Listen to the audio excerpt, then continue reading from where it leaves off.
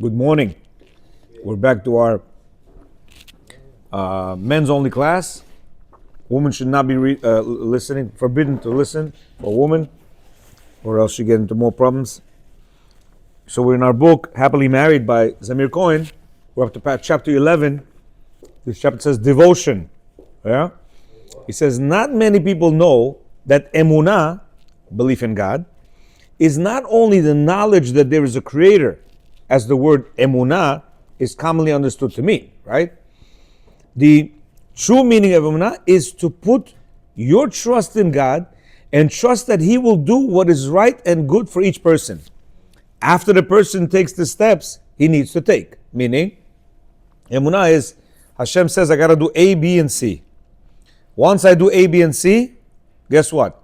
Now everything that is coming from over there, I have 100% secure that it's just and it's good and it's for me. It says, on the other hand, to a similar degree, but from a different perspective, devotion to one's wife does not find expression only in the marriage vows, but also to remain at her side whenever she is feeling distressed, exactly like the loyalty that exists between friends or nations. When one is under attack, a loyal and devoted friend always comes through at the right time and place to protect his friend to the best of his ability. What is he saying? A lot of times, yesterday, we had a class, and the guy said, listen, a woman gets to be moody at times. She has her, hormonal imbalance when the time of the month comes, whatever. So she gets a little bit takoy, and she knows that. To the point that afterwards she says, I'm sorry for making this, you could feel this way, whatever. It's gonna be very nice if she says sorry. She could, yeah. Some of the good ones, they say sorry. Some of the ones that are unable to, there's many women, they're not able to say sorry. Even like if they take it, they throw it, right? Hey, you just threw it. I didn't throw it. They don't want to say, I don't know what it is, but it's something with them that they learn this, they cannot admit right. their mistakes. So he says, that's their nature. when they are in this situation, be there like a friend. Be there like like Israel and United States, right? Loyalty. United States was not happy when they bombed, when they thought they were going to take out the Hamasniks, and they, in Qatar. Yeah, they were not happy because Qatar is off limits. Qatar is a neutral place. They're there. Okay, that was a serious infraction. But you know what? United States said, we're next to our friend Israel. You hear? Even though they were not happy what they did. How can you do that? You're going to mess up the ties that we have with them, Same thing over here. It says, your devotion to your wife has to be seen. Yes, sometimes she can get unruly a little bit, Don't break down. Stand there. Yes, my love. Yes, absolutely. Yes. Sometimes they don't understand. You meant A, B. She's thinking it's Y, Z. And now because of that, she's in a different mood for days. Be there as a friend. Be there as a true, loyal, devoted friend. Yeah, she needs that. He says, devotion to one's wife can find expression when, for example, a wife feels slighted by her mother-in-law, when she's having problems at work, and paradoxically, when her husband has caused her pain. Yeah? Not that she needs him. He needs to stand by her. You know what I mean? Because she's now going to give you a little bit of, resistance. She's going to give you an attitude. She's going to turn around the other side in the bed. And you're like, what's with her again, Why is she doing this? She's not going to say good night as she usually does. In the morning, she might not say bye-bye. You got to stand there. Bye, sweetie. Bye, Jonikima. How are you, my love? He says, a husband must stand by his wife and support her at these times and try to understand her feelings and emotional state. This is where we get into problems because we don't want to understand that she's why is she hurt? Forget the why. She's hurt. Forget the why. Baby's crying. Why is the baby crying? Forget why. Baby's crying. Let's try to do something to appease him. Yeah? What do? We give her soska, we give her food, we give her water, we take him outside, something in order for the baby to stop crying. Same exact thing. Yesterday somebody tells, well, what is she, a baby? I said, yeah, she's a baby. She's your baby. That's why Stam, they didn't say, hey baby, how are you?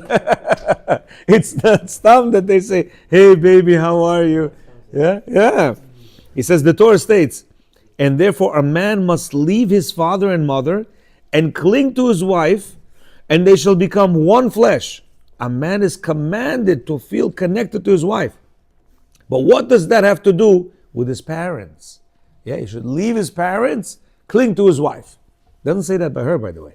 He says, the Torah explains that a man's ability to connect deeply with his wife depends on, and a man should leave his father and mother.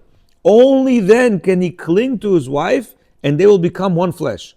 As long as a man has the feeling that his parents continue to play a central role in managing his affairs, he cannot successfully bond with his wife.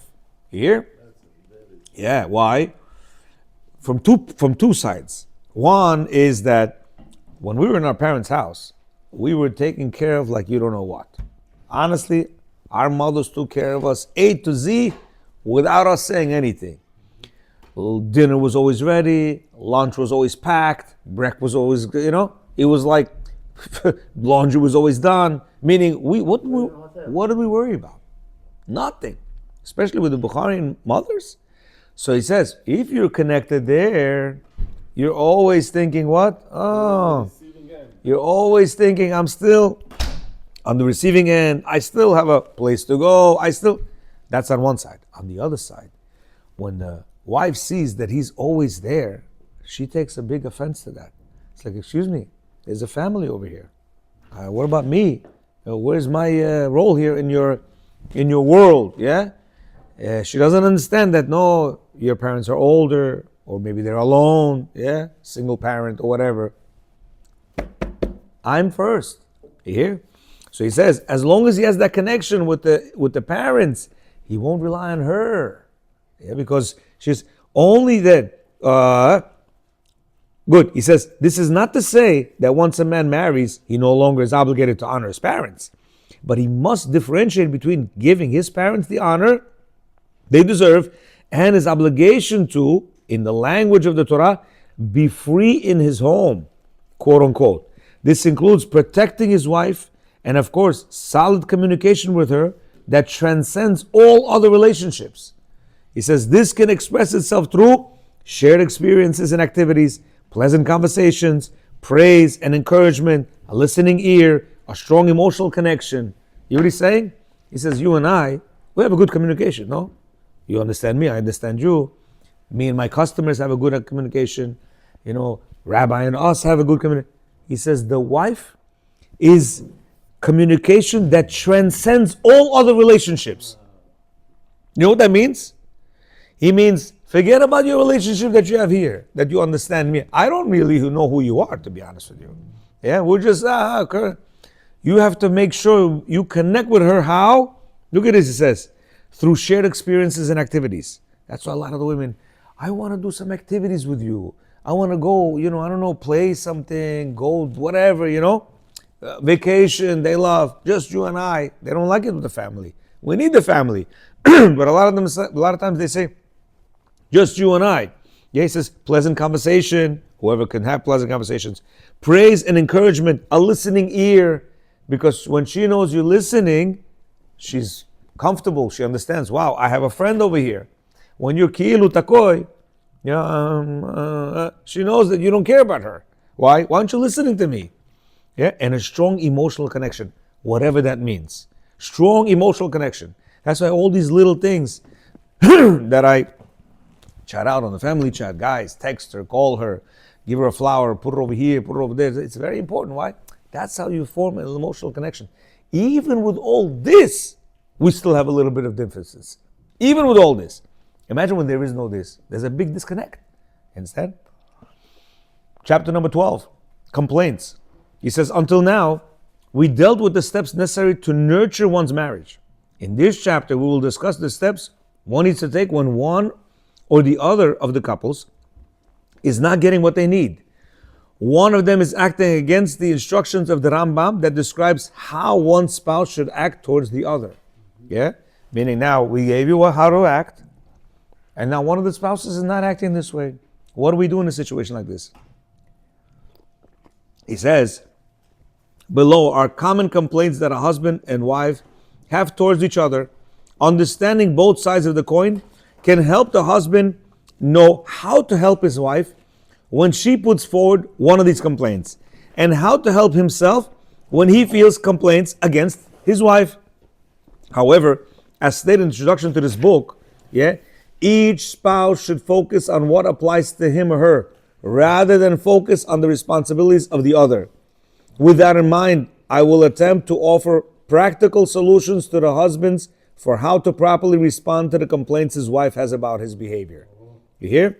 So he says over here, I'm going to tell you a couple of things, and this is a major flaw in relationships. Husband and wife, husband is thinking, okay, what's your job? And the wife is thinking, what's your job? You hear? And everybody's thinking, okay, how you should improve, and the other one's thinking, how you should improve. And he says, that's a very big no-no, absolute no-no. You have to know how I should act with her, how I should improve my perspective, my understanding, my position. Yeah? If this was clear, right, you'd see my coffee is about right here. If I should explain what this looks like, he's going to tell me, oh, it's half empty. You drank half the cup.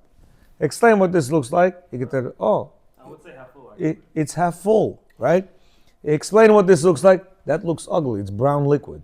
Explain what this looks like. Oh, that's delicious. That looks like rich coffee. Yeah? Each one of us would have what? A different understanding of what this is. This is exactly the same way how we could look at our wife, or she looks at the husband, right? And explain the situation differently. We see a not such happy wife, a little bit of a sorrow. What do we say? Abradna, not grateful, not happy. All I do, look what I get. I come home and I get this face. Yeah? Or the other one could say, she cooked dinner, she went to work, she had the kids, she must have had a hard day. Wow, my wife is a little bit, I need to, she's probably very tired. Let me get in, let me help, let me do something, let me cheer her up, let me give her a, Two different ways of understanding. On what this dependent on? First of all, there's many ways of understanding, but these are like the two opposites, right? He can come in and look at her frown as a positive thing that she's tired, she did so much, right? She needs a little bit of rest. She's Or, attacking him. She's attacking him. How is she attacking him? With the face? It says complaints. No. I know. Once I'm for before we get to the complaints, it's how to assess our understanding of the individual, right? Meaning each individual has to know that he has to be a positive person. His outlook has to be a positive outlook. Yeah? Look at it a positive way. Because a lot of people love to complain, but they don't see the bigger picture, right? Okay, the husband did something wrong. But what about the 99 times that he did something right? Why would you look at the one time that he wrong? Sometimes You hear? most of the women they see the not 99% what is doing good.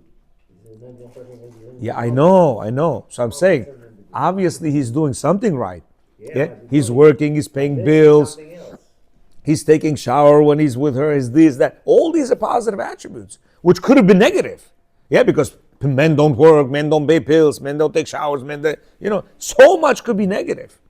At least look at the positives. Don't brush teeth. Yeah, absolutely. Don't brush Absolutely. All right, so let's see. What it says? He says, my ears have heard. First of all, one must remember the words of King David. When those who would harm me rise up against me, my ears have heard. When people who hate me, the verse seems to be saying, and want to do evil to me, talk, I will lower my ears to listen to their complaints because maybe they have a point. I may need to correct something or be more careful in my behavior. How much more so does this apply when we are talking about a person who is not only not an enemy, but the person closest to the world to us? It is very worthwhile and the right thing to do to try to understand What is bothering your spouse? She might have a point. Even if she doesn't, maybe you could make a small change that would make a huge difference to her. Meaning, he's saying when your wife is saying something, you gotta. I mean, at the end of the day, she wouldn't even touch the subject if it didn't have to do something with you. You understand what I'm saying? Just give a straightforward example. You said doesn't brush the teeth. If you brush the teeth and flosses and this and that, whatever, right? She wouldn't even complain at the fact that his breath smells, for example, right? So if she's telling you, sweetie, your breath smells a little bit, right? Why would she tell you if he doesn't? Obviously, there is something there. Same thing with everything else she might tell you, or you might tell her, right? We're right now focusing on she telling you. But he has a whole list of you telling her, and he's telling her how to look at it, right? But if she's saying something to you, it means that there's something wrong. Put a listening ear. Maybe there is some point to it. Rabbi gave this example. I'm sorry. If somebody tells you, oh, it's dirty on your pants, Yeah. you look at refresh Yeah. and go, oh, thank you so much. Yeah. But if somebody will say, you know, your character trait is a little bit stingy. Absolutely. You're You're very upset. Very upset. So why? What's the difference? Because over here, he's touching my pants. This is physical. Right. But over there, he's touching the neshama. Right. So you have to be careful Right. with the neshama. Absolutely. So the example our member gave is when somebody says you have dandruff, right? You go, you take, okay, thank you so much for letting me know. But if he says you have a stingy character, oh, all of a sudden you get affected. And you know what? You know you're stingy. You know you're a little bit takoy. But what are you getting upset for? Because on the one hand, it's a article of clothing or something external. On the other hand, this is a neshama. You're affecting the neshama. And you know what? Us speaking humans, we all dealing with neshamot. They happen to be dressed in this uniform and that uniform and this uniform and that uniform, but we're talking neshamot. So when we badmouth our wives, imagine you taking the neshama, you degrading the neshama. You hear? So he says like this: common complaints from wife to husband. Wife says, "You don't listen to me. You don't talk to me." Husband's response: "We talk about whatever was necessary. I really don't understand. What is bothering you? You talk so much on the phone with your friends and family. Why do you need to talk to me so much?" Yeah? So it's serious stuff. Because we said, what do you mean? We spoke. You said, get the groceries. I said, okay, this, that. You made me listen. Yeah, kids came. We have a parent-teacher conference and this and that. We already spoke about that. Typical man. What else do you want to talk about? He says, who's right? Who's right? Both are right. Says the husband sees the conversation with his wife as a way of transmitting information. His wife sees the conversation as a way to forge an intimate connection with her husband. Here? But you know, interesting. Oh, The yeah. husband doesn't feel that way. How are you gonna force a husband to look at this as an emotional connection? He's No, 1 second. He's built one way. He's built another. Oh, so he wants to teach you, my friend. When you talk about her for 20 minutes about the parent-teacher conference and buying this and this, that was zero conversation for her. So we have to at least understand that. For her, that was zero conversation. Now comes the conversation. So how are you, my love? By the way, it's such a beautiful dress you have on. And like that. That's her conversation for her. So again, Two different things. so one second. He says, at least understand that when she says, why you don't talk to me? And you say, what? What is the point? We just spoke 20 It's minutes. about a personal conversation. Okay, Not other things. good. So in their world, guess what? If it's not about them, it's nothing. There's only so much you could talk about. You know, we- every single day. About You know, this we don't spend time together. Yo, for the past 2 days, we've been together. I don't understand. You know what time she's talking about? You and me. You go on vacation, right? With the family, right? EB, you go to Disney and this and that. After 2 days, you know what she says? Why don't we spend time together? EB joining Kibbutz. What do you mean? We've been together for the past 48 hours. No. Connection. When the kids go to sleep, I want you to take me out. Maybe to a walk, everything. Whenever they see kids around them or these or people, we're not together. And my wife told me one time, that's not called together. Together is you and I alone. Yeah, I've heard that. WhatsApp time is Oh, and that's it. I heard that too. Yeah, okay. Okay, we have to understand that. I understand. Yeah, You, not they you. don't like it. The about him when you say let's go out. Yeah. All the kids, we're gonna take garden together. Yeah. No, she said, okay, if she says, no problem. We're talking about a woman. And then you never take me out then. Yeah. We're talking a woman who mamish tells you straight up, you don't spend time with me, and you're thinking, they want it with the chief. 48 hours I'm with her already. We've been together. We ate breakfast together. We did it. No. You ate breakfast with the family. You ate whatever. You went there, but we didn't do anything together. Connection. Yeah. He says a woman sees communication as connection, whereas the husband mainly talks in order for her to know something she needs to know, like details about finances, shopping, education of children, health matters.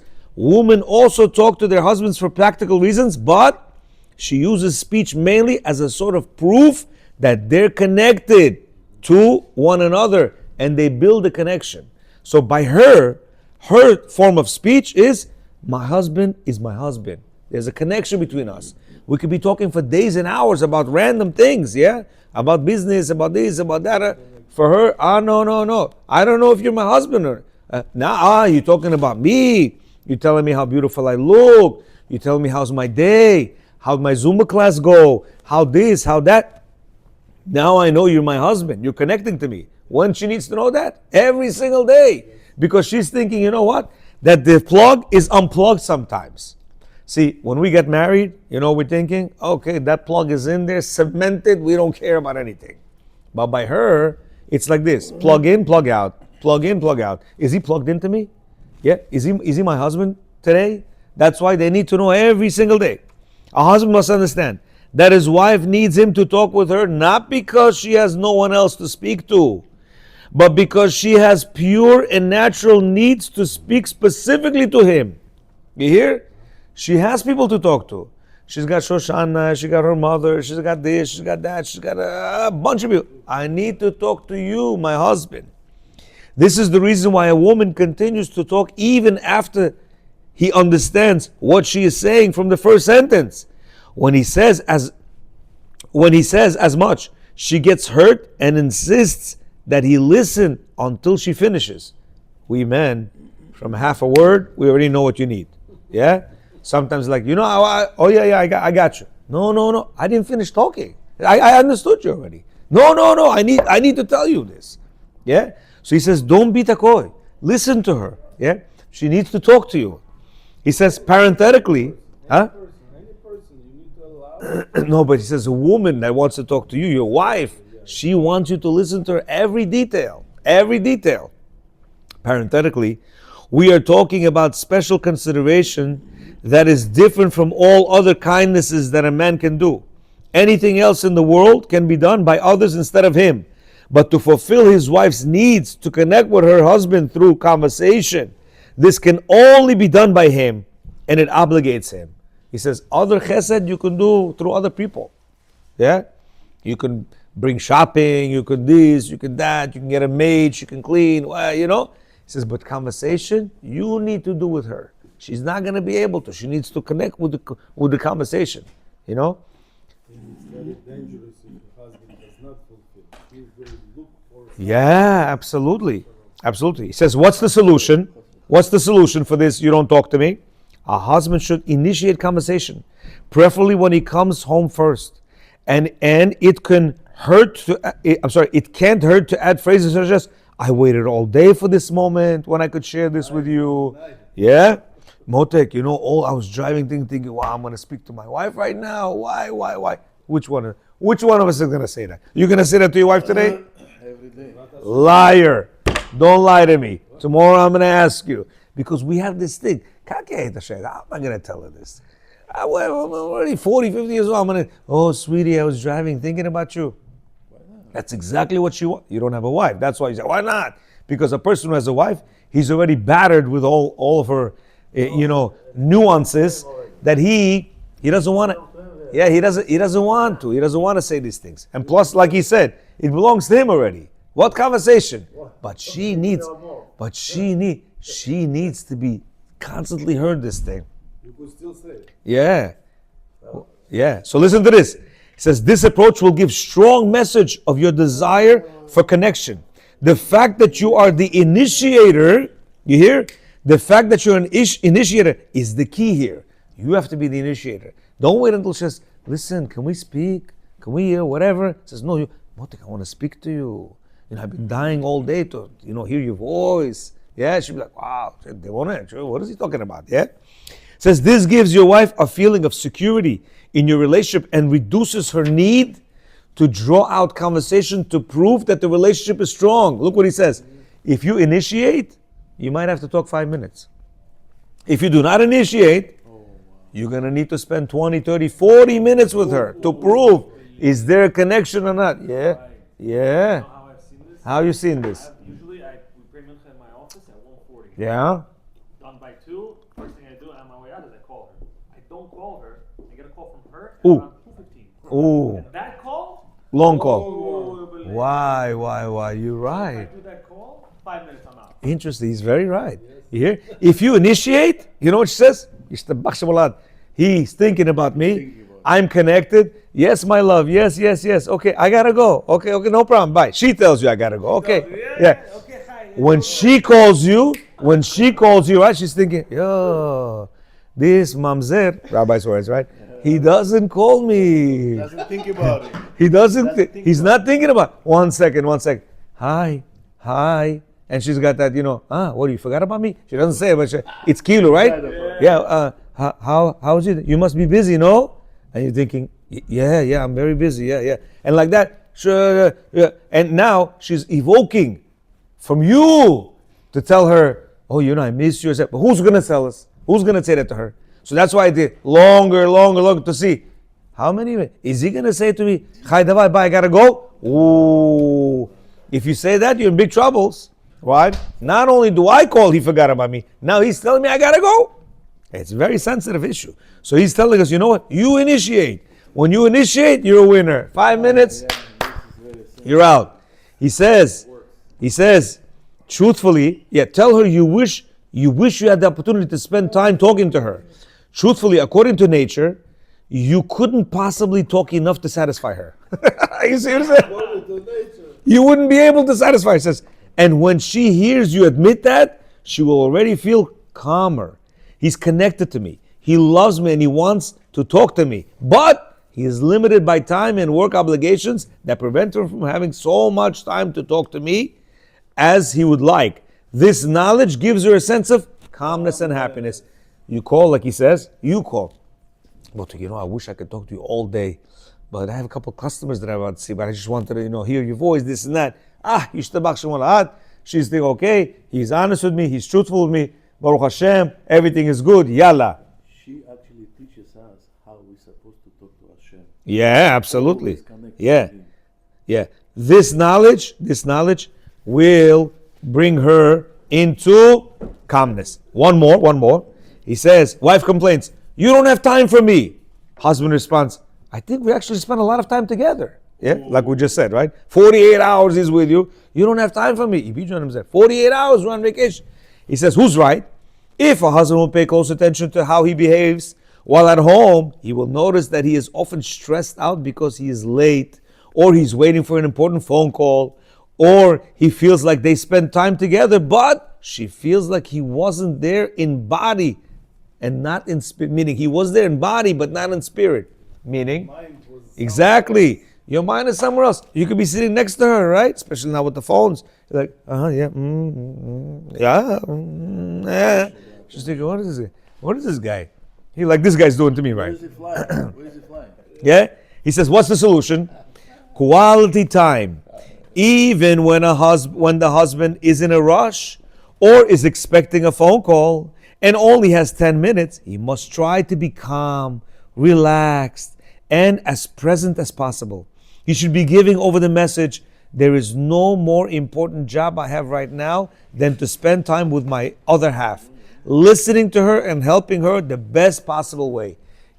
She knows exactly when we are on edge. Yeah, like we have to go. Like, okay, yeah. She's like, no, this is not gonna go. This is not gonna. He goes for 10 minutes, right? 5-10 minutes. Be calm. Yeah, my love. So how's everything? Now the guy's gonna call you any minute now. But he says, give her this couple of minutes, yeah? So she's not going to be on edge. He says, once you do that, she's calm. She knows. He just gave me his undivided attention. This often happens with me Huh? when I'm about to go to work. It's like the key time. So, like, for example, after this year, I go home. Usually, I spend a couple minutes there, but those couple minutes get stretched out. And it's like, I'm already running late. So, what's the tip? How do you suppress that voice? The tip, I got myself into trouble like this for years. You know how? Like you just said, you're about to go to work and she wants to give you a hug goodbye.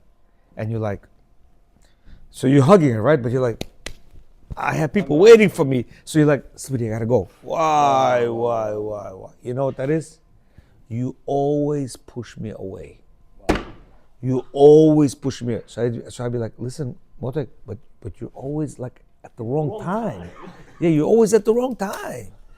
At night, hug me how much you want. Yeah. But I'm about to leave, or I got people. And you know what? At the end of the day, it's Hashem's testing our patience. So what we got to do? I started holding the hug, and when I feel like she wants to let go, I keep the hug. Why? It's a test. Just to, you know what I mean? For you, sir. By the way, I told this yesterday to somebody I was with. I said, why are we always looking at the other side? Let's look at ourselves.